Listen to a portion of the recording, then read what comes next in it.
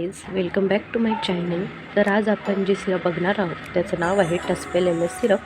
टस्पेल LS syrup यामध्ये content आहे लिओसलबुटामॉल sulphate, ॲम्ब्रॉक्झोल हायड्रोक्लोराइड and ग्युनाफिन्साइन syrup. यामध्ये लिओसलबुटामॉल सल्फेट हे 0.5 mg असते आणि ॲम्ब्रॉक्सिल 15 mg आणि ग्युनाफिन्साइन हे 50 mg असते.